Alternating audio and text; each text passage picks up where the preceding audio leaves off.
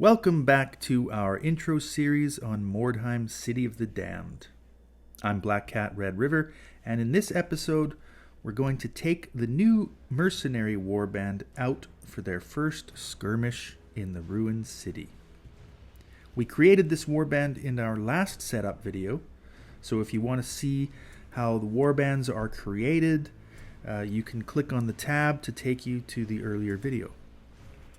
Now, off camera, the only thing I did prior to this was buy a shield and helmet in the Warcamp store for my warrior henchman, Devlin O'Shea. So I switched him from dual wielding a mace and hammer, which is what he had when I hired him, to wielding a mace and shield combo. But otherwise, all 5 of my warband members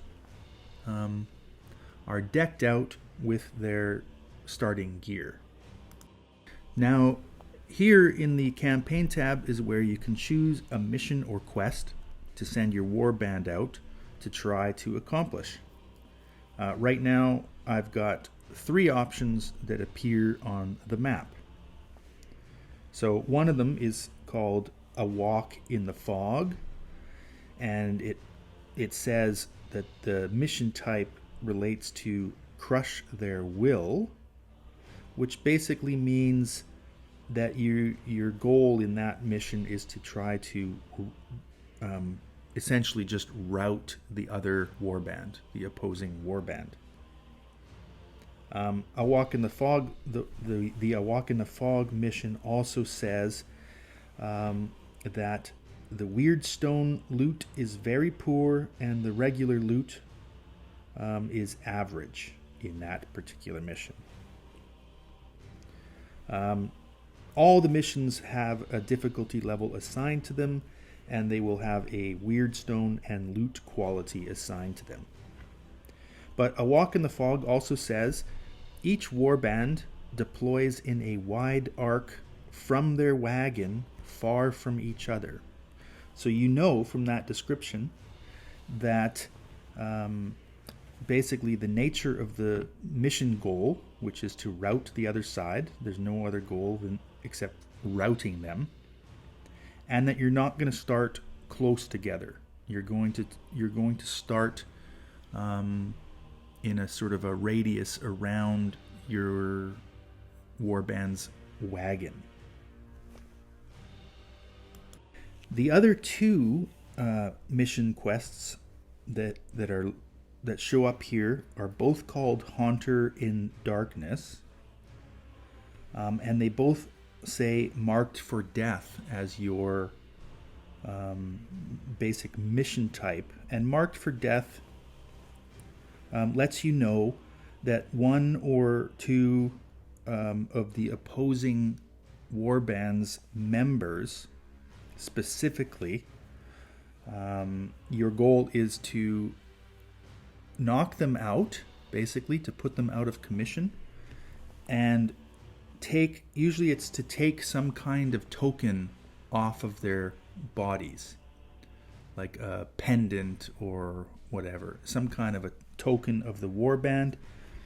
That's your mission goal. You get extra experience if you accomplish the sort of optional objectives of the mission. So you will notice that both of these have that same general type, but they are slightly different. One of them has an average weird stone quality and poor loot, and the other says very poor weird stone and poor loot. Otherwise, they're basically the same type of mission, and it says both warbands are scattered randomly in the area. They're scared of something. So you don't know if you're going to start those types of missions, surrounded possibly by members of the opposing warband. They could be very close to you when it says that, right? Scattered randomly. So that's a very big difference, right? One is that you're likely to be in close proximity to members of the opposing faction at the beginning, versus the Walk in the Fog one, where it said that you're going to deploy far from each other. So I'm going to recommend choosing the Walk in the Fog mission because the basic objective is easier to rout the opposing warband, and also because it's going to start each warband near their own wagon, which means you're going to have a little bit of leeway to organize your party before you're likely to run into any enemies. Now, when you click on a mission, you get a pop-up window like this that allows you to select or deselect who will be taking part in that mission. At a minimum, each mission must have a leader available and must have at least 4 participants total, including the leader. You can have more. You can have up to the limit of your active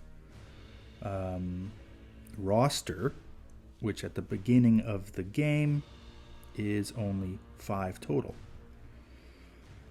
So this launch window allows you to move active members into the reserve army and or swap reserve members into the active group.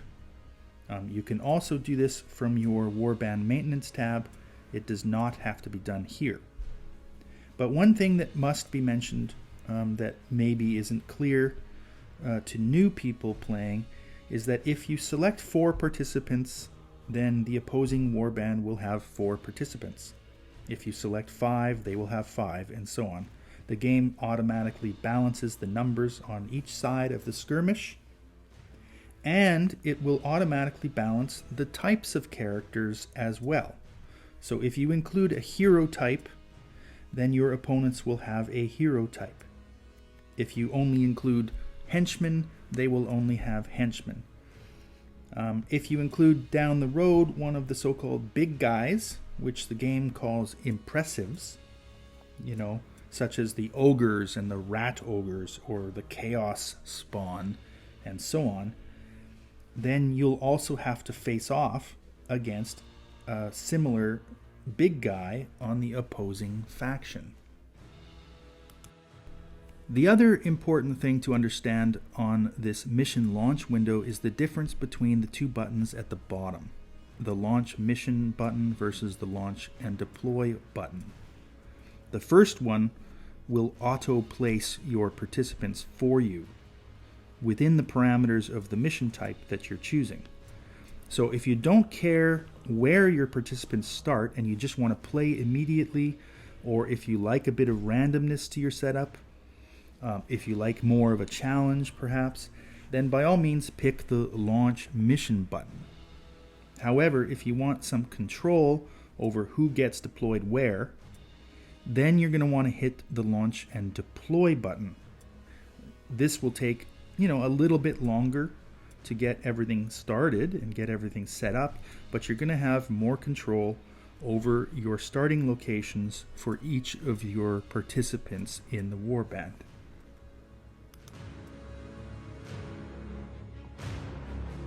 Scouts have reported a rival warband in the vicinity. Before you can find them, a heavy fog settles over the ruins.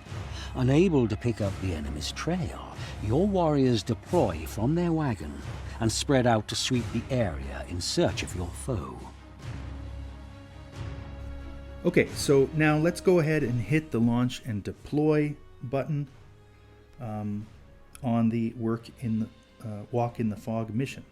So once you've accepted the mission, you get a loading screen like this one with more precise information, objectives, and optional objectives. So now this makes it clear that my earlier description was misleading when I suggested that Crush Their Will was easier because it might mean you only had to rout the enemy warband. The basic objective here, and really in most of the skirmishes, is to rout the enemy warband.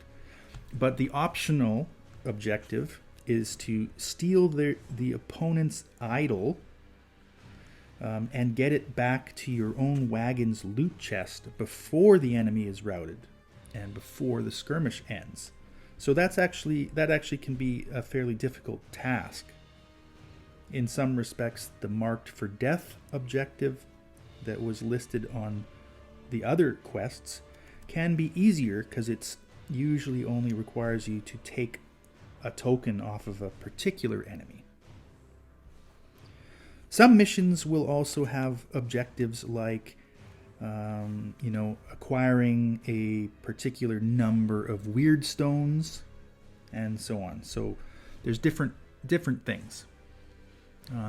But for when you fulfill the optional objectives, you get more experience for your warband.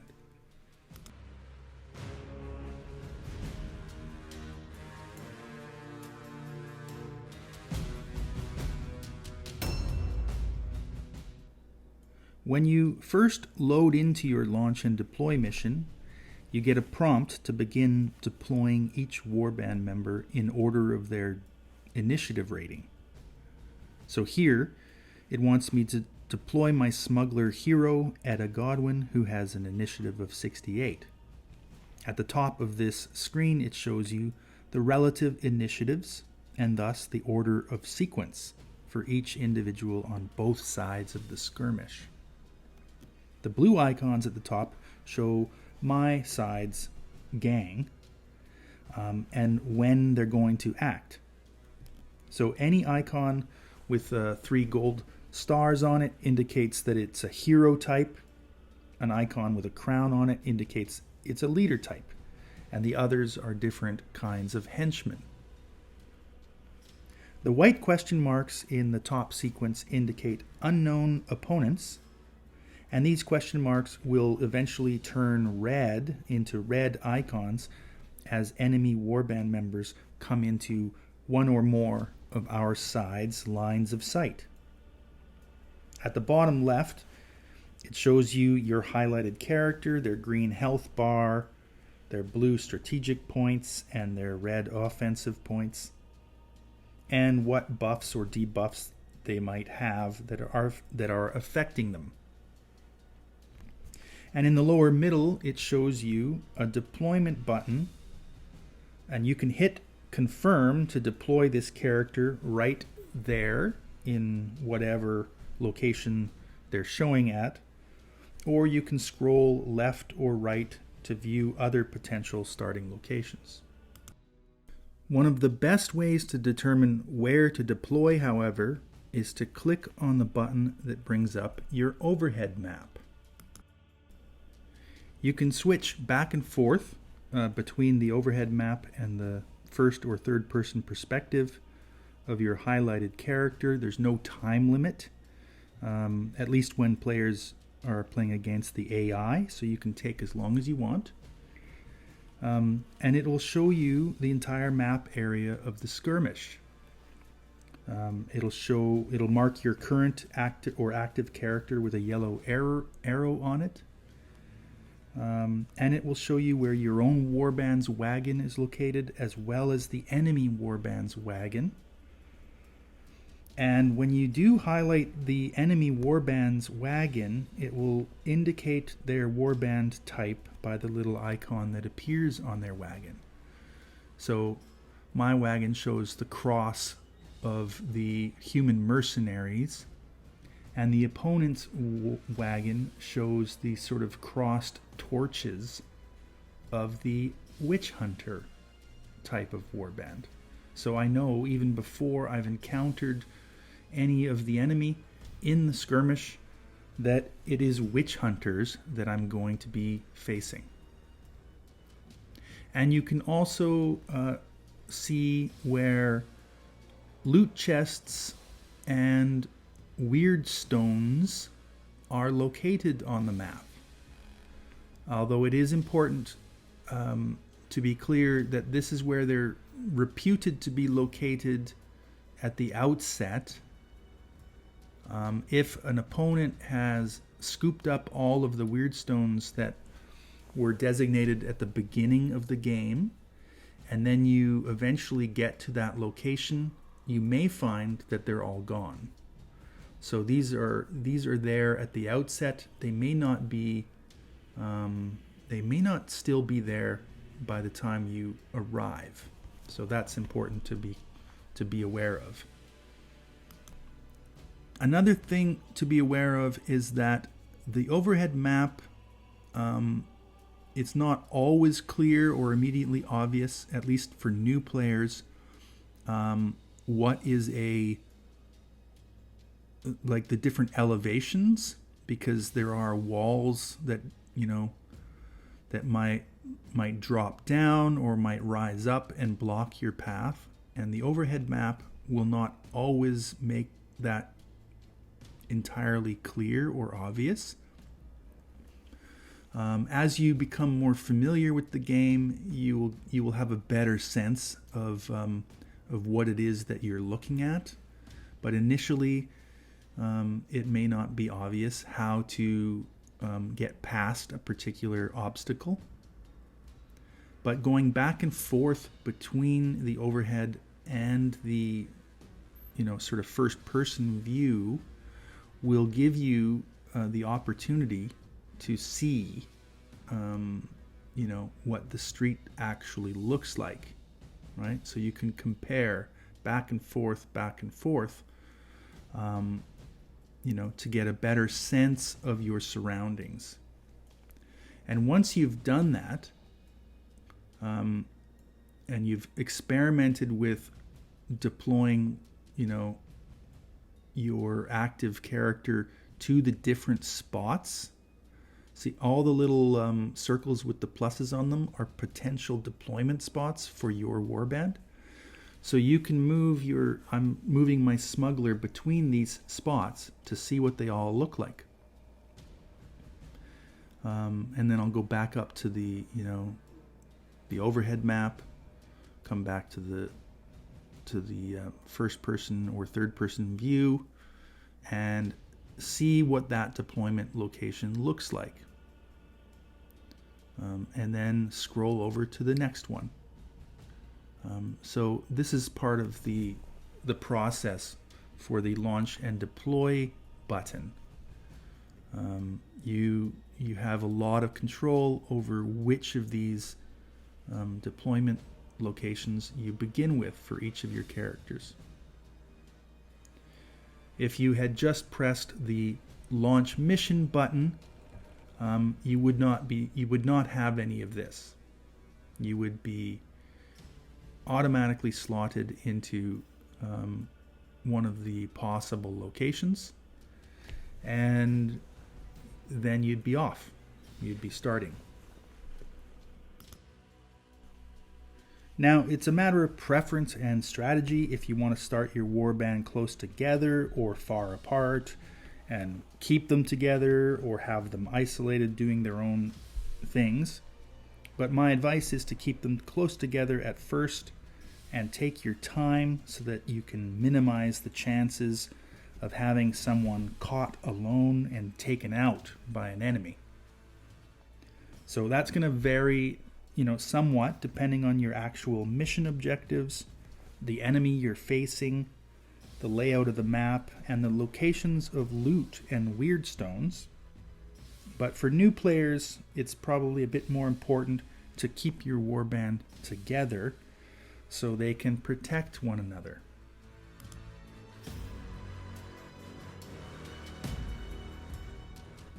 So here you can see my smuggler standing at the top of a staircase looking down, and when we look at the overhead map, we can actually get a better sense now of what that map looks like, right? That's the staircase there, and she's on top of a higher elevation point looking down into a lower part of the city.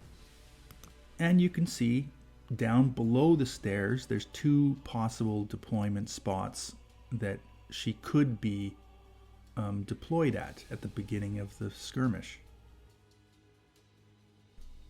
So here I am thinking about, well, how am I going to... I'm thinking about trying to get to the loot, those little brown circled loot icons. right? Where there's potentially, a corpse or a treasure chest or something that can be investigated that might have loot in it.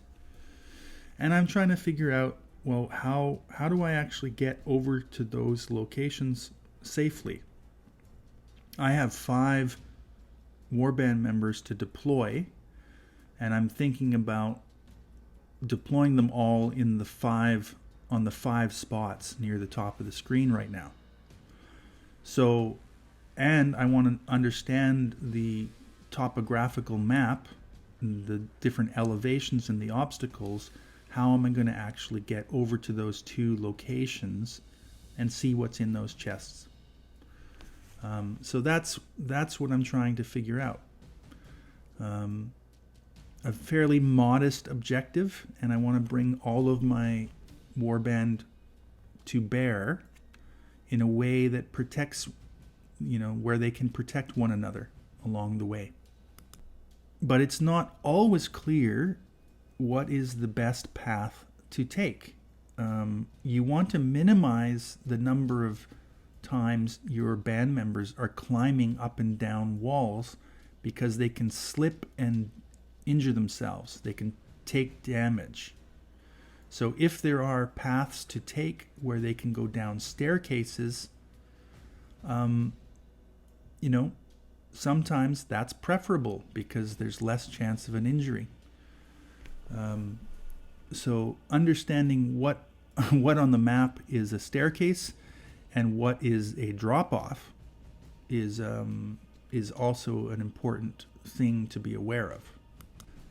Elevation also plays a really crucial role in terms of missile fire. You have a very good elevation bonus when you're using bows and rifles or blunderbusses against opponents who are at a lower elevation, and that sort of thing. So you want to keep those kinds of things in mind as well. I should also point out that the wagon icon, the little wheel with the cross on it that shows where my mercenary band's wagon is located, that is where your warband's chest, storage chest is located. So you can, at any time in the game, take loot that you've found back to your warband wagon and store it in a chest to free up inventory space on a character. One thing I think new players often are concerned about is, well, that's going to take a lot of turns to get back there.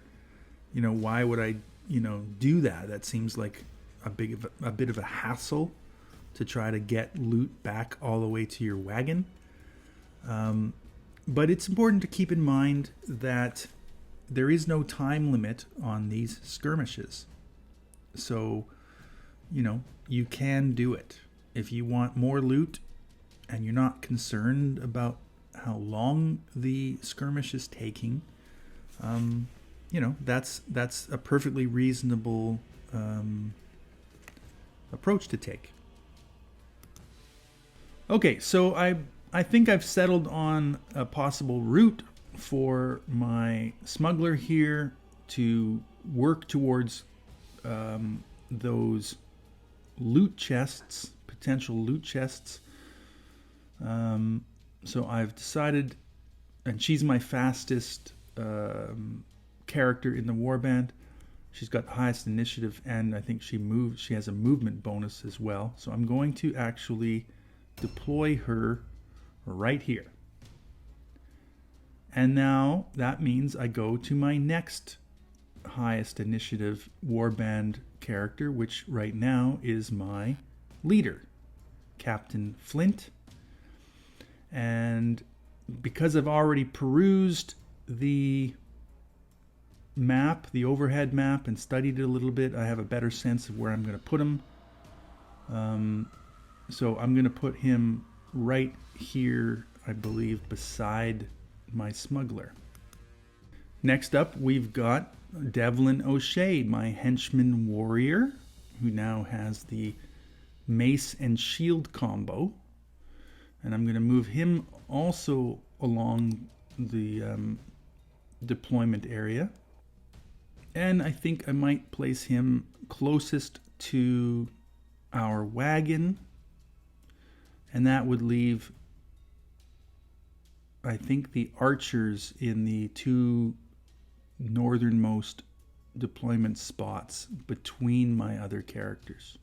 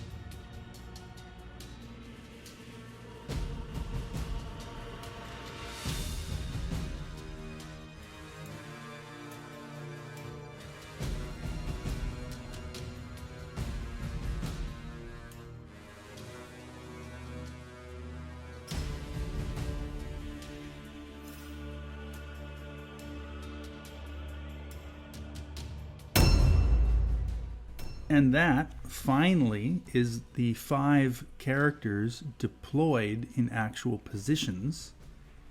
Now, I spent a lot of time partly explaining what I was doing, but also just perusing the map and trying to figure out the map to have a better sense of where I should start. But they're finally deployed. And once the opposing warband has also been deployed, it reverts to the initiative sequence to start the actual game. So here we are now back at Etta Godwin, my smuggler, who has the highest initiative at the moment amongst all of the participants in the skirmish.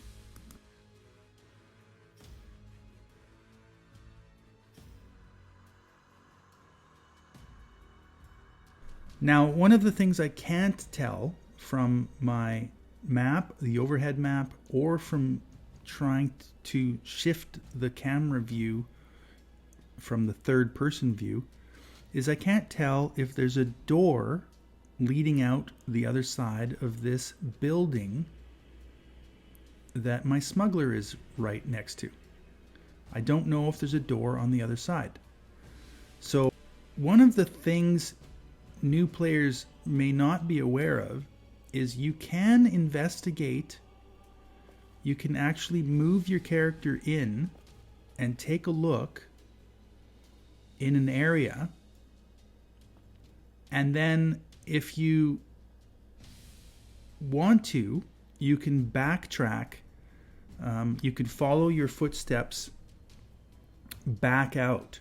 So if you'll see on the map, if you see on the bottom left of the screen, it shows you the strategic points, the blue markers that indicate what my strategic action points are and how many I have left. But if you'll see, I spent some coming into the room to take a look, and now when I go back to my starting spot, I have them all back again. What this effectively means is you can scout an area and then change your mind about what it is you're going to do. You can scout, go back, and then scout somewhere else. Now, there is one limiting factor to that, which is if you set off a trap or you open a chest or you do something like that, you can't then reclaim your strategic points, right? So there are certain things that will lock them in, so to speak. But if you haven't done anything, if all you've done is move and look and scout, and you have not triggered anything else or done anything else, you can move back. And you can go back to your original strategic, your original number of strategic points.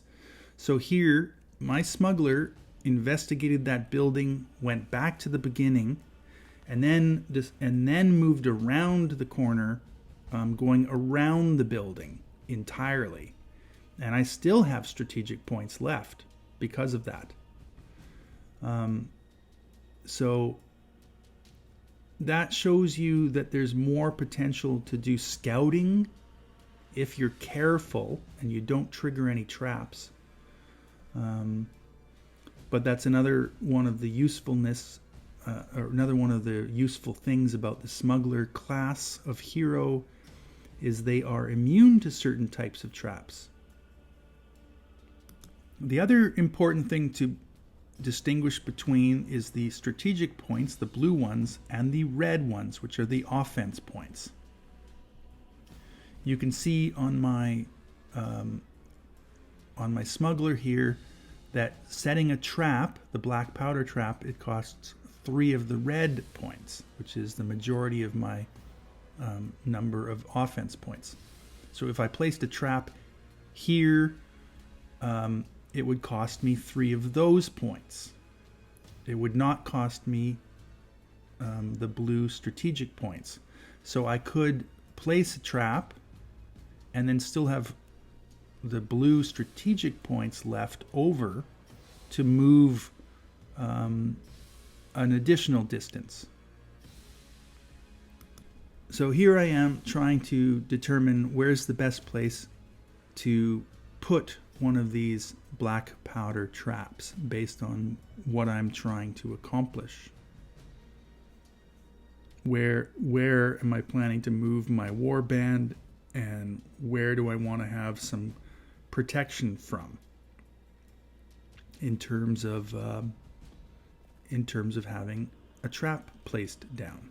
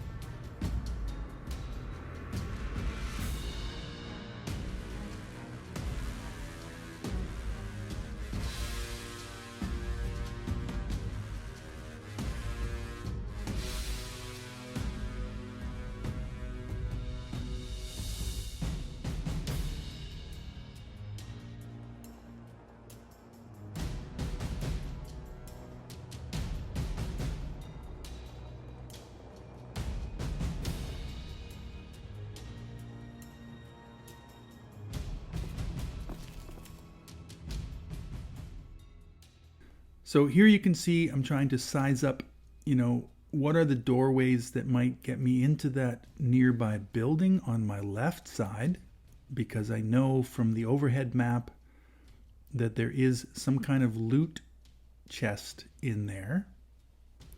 And there doesn't appear to be any doors on this side of the building. And the other thing is I'm aware that I'm basically out of strategic points at this point, but I'm considering placing a black powder trap down, which would effectively end my turn wherever I do that if I have no strategic points left. So those are the two things I'm thinking about here. I'm also aware that I'm currently all alone up here I have no backup from my allies, and that sort of a thing. But it's early game. It's the first turn, literally the first turn of the skirmish. So very unlikely this quickly that an enemy will show up anytime soon. So I'm going to place a black powder trap down here, and it shows you the radius of impact. If you're within that radius, that red radius, when it is triggered, you may take some damage. So that's important to be aware of, because an enemy can trigger it and still damage you or your allies. Now I am out of strategic points, and I have 2 offensive points left over, so I'm able to go into what's called an ambush stance, which means if anybody comes within striking distance of me, I can rush them with my sword.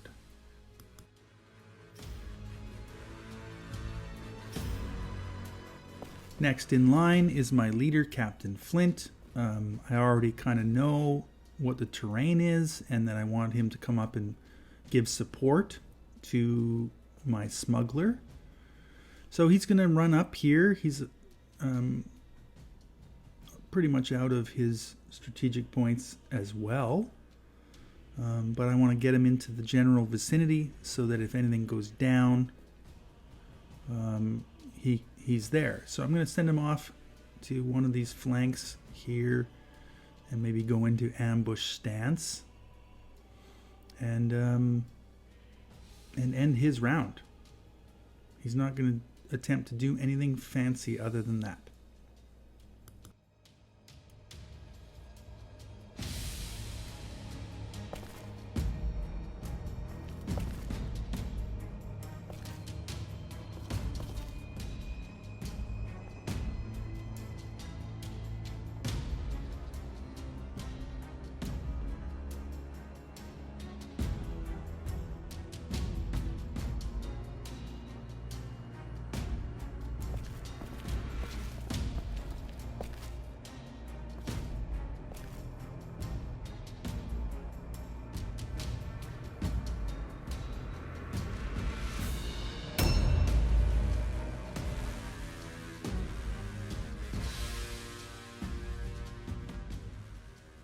Next up, we've got Devlin O'Shea, and we can see on that overhead map that he's not actually far from our leader, although he has no staircase to go down safely. So the choice is, does he take the long route and maybe take 2-3 turns to get there? Or do I go over to this blue spot here where it shows arrows pointing down, giving me the option to jump down?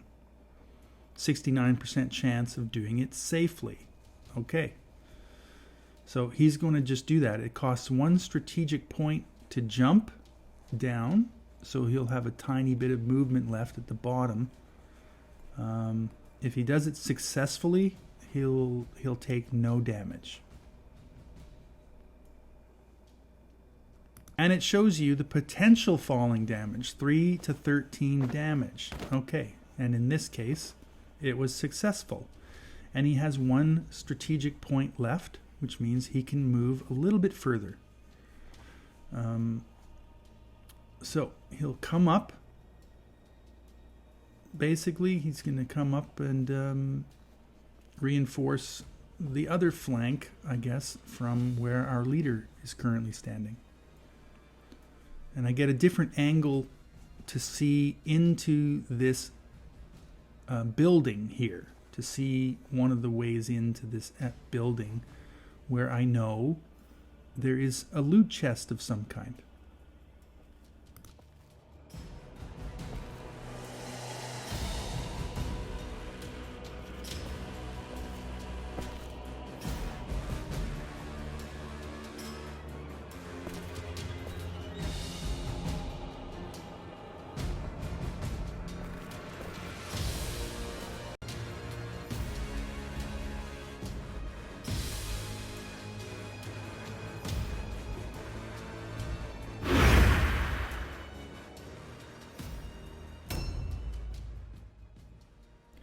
Okay, so now 3 of our 5 warband members have made their moves for this round or whatever of events, turn, and it goes over to the AI to start doing the opposing warband.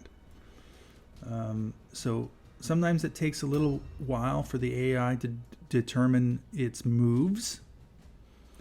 And now it's back over to our side, to our 2 marksmen or archers, who are apparently our slowest members of the band.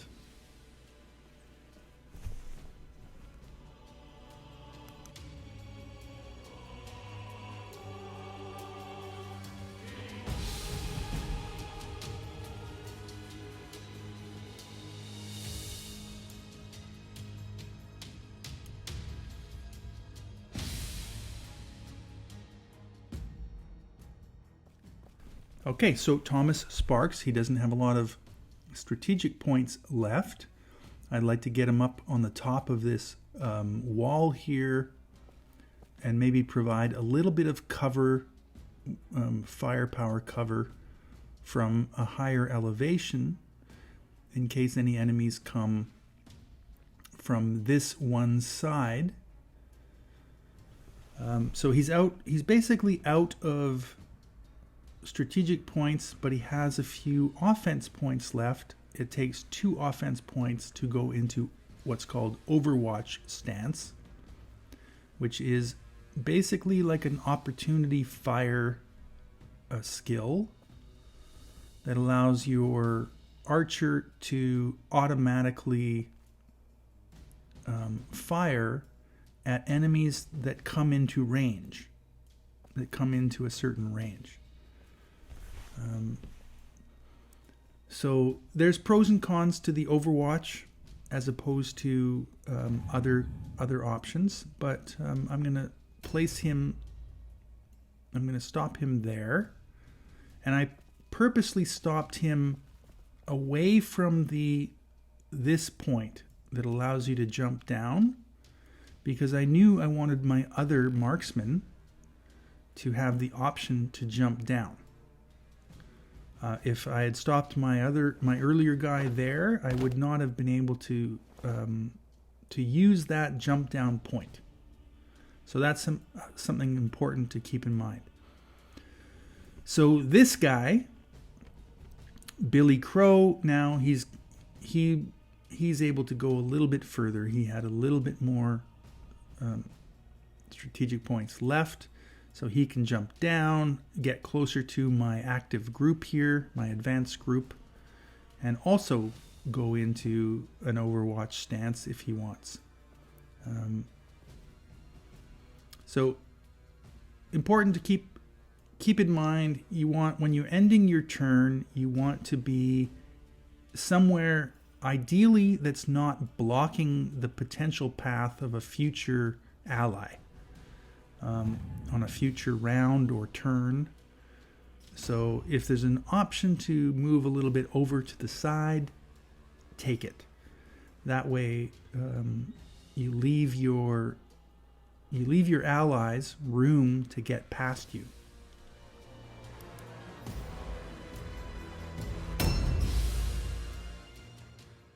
And all that's left for this turn is the AI to finish the movements for the remaining members of the opposing warband. Now, this is probably a good spot to stop this episode because it's already been 45 minutes or so. A new round has started. I've taken a little bit longer than I otherwise would, partly to explain what I'm doing, right? To slow things down and explain, some of the implications of the choices that I'm making. So I've taken a bit longer to do that. I think maybe I will speed that up for the subsequent episode to try to do the skirmish in a reasonable amount of time. But that gives you an idea of, how to launch the a particular campaign mission, and the process for doing that, how to do the setup basically, and how to get yourself started on this campaign. So this campaign is basically only beginning. We're barely scratching the surface of this. So were I to continue along here and try to finish this skirmish, this episode might be 3 hours long, particularly if I'm explaining all of these details. So we're going to stop it here and pick up where we left off in the next episode. So until then, be careful out there in Mordheim, the city of the damned.